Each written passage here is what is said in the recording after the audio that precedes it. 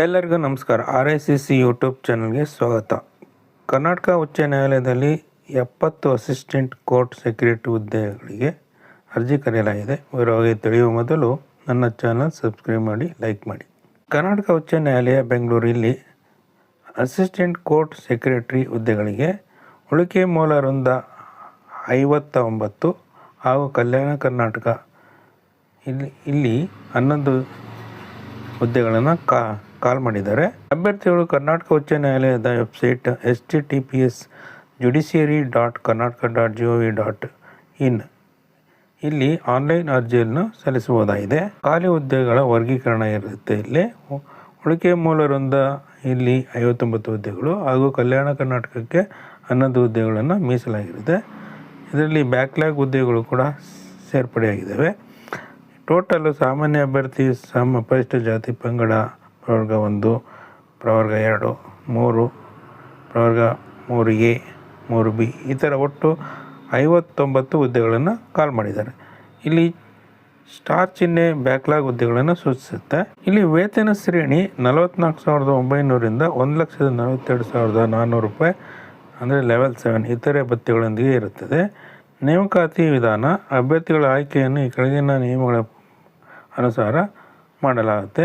ವಿದ್ಯಾರ್ಥಿ ಕೇಳಿದ್ದಾರೆ. ಅಭ್ಯರ್ಥಿಗಳು ಯಾವುದೇ ಮಾನ್ಯತೆ ಹೊಂದಿರುವ ವಿಶ್ವವಿದ್ಯಾಲಯದಿಂದ ವಿಜ್ಞಾನ, ಕಲೆ, ವಾಣಿಜ್ಯ, ವ್ಯವಹಾರ ನಿರ್ವಹಣೆ, ಬಿಸ್ನೆಸ್ ಮ್ಯಾನೇಜ್ಮೆಂಟ್, ಕಂಪ್ಯೂಟರ್ ಅಪ್ಲಿಕೇಶನ್ಸ್, ವ್ಯವಹಾರ ಆಡಳಿತ, ಬಿಸ್ನೆಸ್ ಅಡ್ಮಿನಿಸ್ಟ್ರೇಷನ್ ಅಥವಾ ಇತರೆ ಯಾವುದೇ ಮಾನ್ಯತೆ ಹೊಂದಿರುವ ವಿಶ್ವವಿದ್ಯಾಲಯದಿಂದ ತತ್ಸಮಾನ ಪರೀಕ್ಷೆಯಲ್ಲಿ ಉತ್ತೀರ್ಣ ಆಗಿರಬೇಕು ಮತ್ತು ಕರ್ನಾಟಕ ಪ್ರೌಢಶಿಕ್ಷಣ ಪರೀಕ್ಷಾ ಮಂಡಳಿ ಅಥವಾ ಇತರೆ ಮಾನ್ಯತೆ ಹೊಂದಿರುವ ಮಂಡಳಿಯು ನಡೆಸುವ ಆಂಗ್ಲ ಸಿಗ್ನಲ್ಪಿ ಪ್ರೌಢದರ್ಜೆ ಅಥವಾ ಆಂಗ್ಲ ಸಿಗ್ನಲ್ಪಿ ಪ್ರೊಫಿಷಿಯನ್ಸಿ ಮತ್ತು ಬೆರಳಚ್ಚು ಪ್ರೌಢದರ್ಜೆ ಪರೀಕ್ಷೆಯಲ್ಲಿ ಉತ್ತೀರ್ಣರಾಗಿರಬೇಕು ಅಥವಾ ತಾಂತ್ರಿಕ ಪರೀಕ್ಷಾ ಮಂಡಳಿಯು ತಾಂತ್ರಿಕ ಶಿಕ್ಷಣ ಇಲಾಖೆ ಅಥವಾ ಇತರೆ ಯಾವುದೇ ಮಾನ್ಯತೆ ಹೊಂದಿರುವ ತಾಂತ್ರಿಕ ಮಂಡಳಿಯು ನಡೆಸುವ ಆಂಗ್ಲ commercial practice secretarial practice diploma ಪರೀಕ್ಷೆಯಲ್ಲಿ ಉತ್ತೀರ್ಣರಾಗಿರಬೇಕು. ಕಂಪ್ಯೂಟರ್ ನಿರ್ವಹಣಾ ಜ್ಞಾನ ಹೊಂದಿರಬೇಕಾಗುತ್ತೆ. ಕಂಪ್ಯೂಟರ್ ನಿರ್ವಹಣಾ ಜ್ಞಾನ ಎಂದರೆ ಕನಿಷ್ಠ 3 ತಿಂಗಳ ಕಂಪ್ಯೂಟರ್ ಬೇಸಿಕ್ ಕೋರ್ಸ್ನ ಪ್ರಮಾಣಪತ್ರವನ್ನು ಪ್ರದಾನ ಮಾಡುವ ಕಂಪ್ಯೂಟರ್ ಶಿಕ್ಷಣ ನೀಡುವ ಸಂಸ್ಥೆಯಿಂದ ಹೊಂದಿರತಕ್ಕದ್ದು. ಇಲ್ಲಿ ವಯೋಮಿತಿಯನ್ನು ಹೇಳಿದರೆ ಅಭ್ಯರ್ಥಿಗಳು ಅರ್ಜಿ ಸಲ್ಲಿಸುವ ನಿಗದಿಪಡಿಸಲಾದ ಕೊನೆಯ ದಿನಾಂಕದಂದು ಎಲ್ಲ ಪ್ರವರ್ಗದವರು ಕನಿಷ್ಠ 18 ವರ್ಷ ವಯಸ್ಸಿನವರಾಗಿರಬೇಕು. ಗರಿಷ್ಠ ವಯೋಮಿತಿ ಇಲ್ಲಿ ಸಾಮಾನ್ಯ ಅಭ್ಯರ್ಥಿಗಳಿಗೆ 40 ವರ್ಷ, ಹಿಂದುಳಿದ ಪ್ರವರ್ಗ 2A, 2B, 3A, 3B ಇವರಿಗೆ 43 ವರ್ಷ, SC/ST ಇವರಿಗೆ 45 ವರ್ಷ ಮೀಸಲಾಗಿರುತ್ತೆ. ಅರ್ಜಿ ಶುಲ್ಕ ಅಭ್ಯರ್ಥಿಗಳು ಆನ್ಲೈನ್ ಅರ್ಜಿಯಲ್ಲಿ ಉಲ್ಲೇಖಿಸಿರುವಂತೆ SBI ಆನ್ಲೈನ್ ಪಾವತಿ ಗೇಟ್ವೇ ಮೂಲಕ ಅರ್ಜಿ ಶುಲ್ಕವನ್ನು ಪಾವತಿಸಬೇಕು. ಅಭ್ಯರ್ಥಿಗಳಿಗೆ ನಿಗದಿಪಡಿಸಿದ ಶುಲ್ಕ ಈ ಕೆಳಗಿನಂತಿರುತ್ತದೆ. ಸಾಮಾನ್ಯ ಅಭ್ಯರ್ಥಿಗಳಿಗೆ ಅರ್ಜಿ ಶುಲ್ಕ 500 ರೂಪಾಯಿ, ಹಿಂದುಳಿದ ವರ್ಗ OBC 2A, 2B, 3A, 3B 500, SC/ST ಅಥವಾ ಹಿಂದುಳಿದ ಪ್ರವರ್ಗ 1A, ಪ್ರವರ್ಗ 1 ಹಾಗೂ ಅಂಗವಿಕಲ ಅಭ್ಯರ್ಥಿಗಳಿಗೆ 250 ರೂಪಾಯಿ ನಿಗದಿಪಡಿಸಲಾಗಿದೆ. ಇಲ್ಲಿ ಅಭ್ಯರ್ಥಿಗಳು ಒಂದಕ್ಕಿಂತ ಹೆಚ್ಚು ಅರ್ಜಿಗಳಿಗೆ ಶುಲ್ಕವನ್ನು ಪಾವತಿಸಿದ್ದರೂ ಸಹ ಒಮ್ಮೆ ಪಾವತಿಸಿದ ಶುಲ್ಕವನ್ನು ಯಾವುದೇ ಸಂದರ್ಭದಲ್ಲಿ ಮರುಪಾವತಿಸಲಾಗುವುದಿಲ್ಲ ಎಂಬ ಅಂಶವನ್ನು ಅಭ್ಯರ್ಥಿಗಳು ಗಮನದಲ್ಲಿ ಇಟ್ಕೊಳ್ಬೇಕಾಗುತ್ತೆ. ಇಲ್ಲಿ ಅಭ್ಯರ್ಥಿಗಳ ಅರ್ಜಿಯನ್ನು ಸಲ್ಲಿಸಲು ಹಾಗೂ ಅರ್ಜಿ ಶುಲ್ಕವನ್ನು ಪಾವತಿಸಲು ದಿನಾಂಕ 15ನೇ ಏಪ್ರಿಲ್ 2026 ರಾತ್ರಿ 11:59 ನಿಗದಿಪಡಿಸಲಾಗಿದೆ. ಶೀಘ್ರ ಲಿಪಿ ಪರೀಕ್ಷೆಗೆ ಮತ್ತು ಸಂದರ್ಶನಕ್ಕೆ ಕರೆಯಲ್ಪಡುವ ಅಭ್ಯರ್ಥಿಗಳಿಗೆ ಸಂದರ್ಭಾನುಸಾರ ಅಂಚೆ ಇಮೇಲ್ ಮೂಲಕ ಕಳಿಸಲಾಗುತ್ತೆ. ಅಭ್ಯರ್ಥಿಯು ನೇಮಕಗೊಂಡ ಪಕ್ಷದಲ್ಲಿ ಪ್ರಾರಂಭಿಕವಾಗಿ 2 ವರ್ಷಗಳ ಅವಧಿಗೆ ಅಥವಾ ಅಗತ್ಯವಿದ್ದರೆ ವಿಸ್ತರಿಸಬಹುದಾದ ಅವಧಿಗೆ ಪರಿವೀಕ್ಷಣಾರ್ಥಿಗಳಾಗಿರುತ್ತಾರೆ. ಆಯ್ಕೆ ವಿಧಾನ ಇರುತ್ತೆ. ಶೀಘ್ರ ಲಿಪಿ ಪರೀಕ್ಷೆಗೆ ಅಭ್ಯರ್ಥಿಗಳು ಪಟ್ಟಿ ಎಲ್ಲ ಅರ್ಹ ಮತ್ತು ಅಂಗೀಕರಿಸಿದ ಅರ್ಜಿಗಳ ಅಭ್ಯರ್ಥಿಗಳನ್ನು ಶೀಘ್ರ ಲಿಪಿ ಪರೀಕ್ಷೆಗೆ ಕರೆಯಲಾಗುವುದು.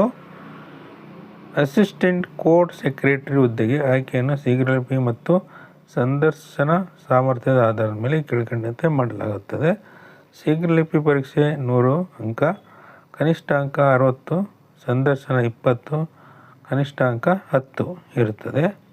ಶೀಘ್ರ ಲಿಪಿ ಪರೀಕ್ಷೆಯನ್ನು ನಡೆಸಲು ಸೂಚಿಸಲಾದ ವಿಧಾನ 600 ಪದಗಳನ್ನು ಹೊಂದಿರುವ ಖಂಡಿಕೆಯನ್ನು ನಿಮಿಷಕ್ಕೆ 120 ಪದಗಳಂತೆ ಸುಮಾರು 5 ನಿಮಿಷಗಳ ಕಾಲ ಉತ್ತಲೇಖನ ನೀಡಲಾಗುತ್ತೆ ಮತ್ತು ಅಭ್ಯರ್ಥಿಗಳು ಉತ್ತಲೇಖನ ನೀಡಿದ ಖಂಡಿಕೆಯನ್ನು ಕಂಪ್ಯೂಟರ್ನಲ್ಲಿ 45 ನಿಮಿಷಗಳಲ್ಲಿ ಲಿಪ್ಯಂತರ ಅನುವಾದ ಮಾಡಬೇಕು. ಶೀಘ್ರಲಿಪಿ ಪರೀಕ್ಷೆಯಲ್ಲಿ ಯಶಸ್ವಿಯಾದ ಅಭ್ಯರ್ಥಿಗಳನ್ನು ಅರ್ಹತೆಯ ಕ್ರಮದಲ್ಲಿ ಸಂದರ್ಶನಕ್ಕೆ ಕರೆಯಲಾಗುತ್ತೆ ಮತ್ತು ಸಾಧ್ಯವಾದಷ್ಟು ಮಟ್ಟಿಗೆ ಪ್ರತಿಯೊಂದು ವಿಭಾಗದಲ್ಲಿ ಖಾಲಿ ಹುದ್ದೆಗಳ ಸಂಸ್ಥೆಯು 5 ಪಟ್ಟು ಅಭ್ಯರ್ಥಿಗಳನ್ನು ಸಂದರ್ಶನಕ್ಕೆ ಸೂಚಿಸಲಾಗುತ್ತದೆ. ಅಭ್ಯರ್ಥಿ ಈ ಕೆಳಗಿನ ದಾಖಲೆಗಳನ್ನು ಸಂದರ್ಭಾನುಸಾರ ಅಪ್ಲೋಡ್ ಮಾಡಬೇಕಾಗುತ್ತೆ. ಮೊದಲನೇದಾಗಿ SSLC ಅಂಕಪಟ್ಟಿ ಅಂದರೆ ಜನ್ಮ ದಿನಾಂಕದ ಆಧಾರದ ಮೇಲೆ ವಿಜ್ಞಾನ, ಕಲೆ, ವಾಣಿಜ್ಯ, ವ್ಯವಹಾರ ನಿರ್ವಹಣೆ, ಕಂಪ್ಯೂಟರ್ ಅಪ್ಲಿಕೇಶನ್, ವ್ಯವಹಾರ ಆಡಳಿತ ವಿಷಯಗಳಲ್ಲಿ ಪಡೆದ ಪದವಿ ಅಥವಾ ತತ್ಸಮಾನ ಪರೀಕ್ಷೆಯ ಸೆಮಿಸ್ಟರ್ ಆಧಾರ 1 ರಿಂದ 6 ಸೆಮಿಸ್ಟರ್ ಅಥವಾ 1 ರಿಂದ 3 ವರ್ಷಗಳ ಅಂಕಪಟ್ಟಿ ಜೊತೆಗೆ ಘಟಿಕೋತ್ಸವದ ತಾತ್ಕಾಲಿಕ ಪದವಿ ಪ್ರಮಾಣಪತ್ರ ಕೊಡಬೇಕಾಗುತ್ತೆ. ಘಟಿಕೋತ್ಸವದ ತಾತ್ಕಾಲಿಕ ಪ್ರಮಾಣಪತ್ರದೊಂದಿಗೆ ಡಿಪ್ಲೊಮಾದಲ್ಲಿ ಕಮರ್ಷಿಯಲ್ ಪ್ರಾಕ್ಟೀಸ್, ಸೆಕ್ರೆಟರಿಯಲ್ ಪ್ರಾಕ್ಟೀಸ್ ಅಂಕಪಟ್ಟಿ ಸೆಮಿಸ್ಟರ್ಸ್ ಆದಲ್ಲಿ 1 ರಿಂದ 6 ಸೆಮಿಸ್ಟರ್ ಅಥವಾ 1 ರಿಂದ 3 ವರ್ಷಗಳ ಅಂಕಪಟ್ಟಿ ಕೊಡಬೇಕು. ಆಂಗ್ಲ ಶೀಘ್ರಲಿಪಿ ಪ್ರೌಢದರ್ಜೆ ಅಥವಾ ಆಂಗ್ಲ ಶೀಘ್ರಲಿಪಿ ಪ್ರೊಫಿಷಿಯನ್ಸಿ ಪ್ರಮಾಣಪತ್ರವನ್ನು ಅಪ್ಲೋಡ್ ಮಾಡಬೇಕು. ಆಂಗ್ಲ ಪ್ರೌಢದರ್ಜೆ ಪರೀಕ್ಷೆಯ ಪ್ರಮಾಣಪತ್ರವನ್ನು ನಾವು ಅಪ್ಲೋಡ್ ಮಾಡಬೇಕಾಗತ್ತೆ. ಜಾತಿ ಮತ್ತು ಆದಾಯ ಪ್ರಮಾಣಪತ್ರ ಅನ್ವಯಿಸಿದರೆ ಮಾತ್ರ. ಇತರೆ ಮೀಸಲಾತಿ ಅಂದರೆ ಗ್ರಾಮೀಣ ಅಭ್ಯರ್ಥಿ ಆಗಿದ್ದರೆ 1 ರಿಂದ 10ನೇ ತರಗತಿ ಕನ್ನಡ ಮಾಧ್ಯಮ ತರಗತಿಯಲ್ಲಿ ವ್ಯಾಸಂಗ ಮಾಡಿದ ಪ್ರಮಾಣಪತ್ರ, ಮಾಜಿ ಸೈನಿಕರಾಗಿದ್ದರೆ ಸೇವೆಯಿಂದ ಮುಕ್ತಗೊಳಿಸಿದ ಅಂಗವಿಕಲ ಪ್ರಮಾಣಪತ್ರ, ಯೋಜನಾ ನಿರಾಶ್ರಿತ ಪ್ರಮಾಣಪತ್ರ. ತೃತೀಯ ಲಿಂಗ ವ್ಯಕ್ತಿಗಳಾಗಿದ್ದಲ್ಲಿ ಕಲಂ 6ರ ಕಾಯ್ದೆ 2019 ಪ್ರಮಾಣಪತ್ರವನ್ನು ಸಲ್ಲಿಸಬೇಕು. ಸ್ಕ್ಯಾನ್ ಮಾಡಿದ ದಾಖಲೆಗಳನ್ನು PDF ನಮೂನೆಯಲ್ಲಿ ಮಾತ್ರ ಅಪ್ಲೋಡ್ ಮಾಡಬೇಕಾಗತ್ತೆ.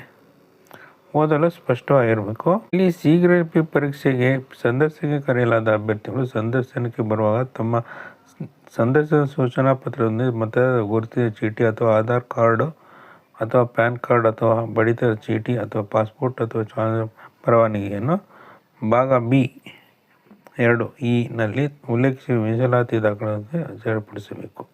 ಇಲ್ಲಿ 3 ನಡತೆ ಪ್ರಮಾಣಪತ್ರವನ್ನು ತರಬೇಕಾಗುತ್ತೆ.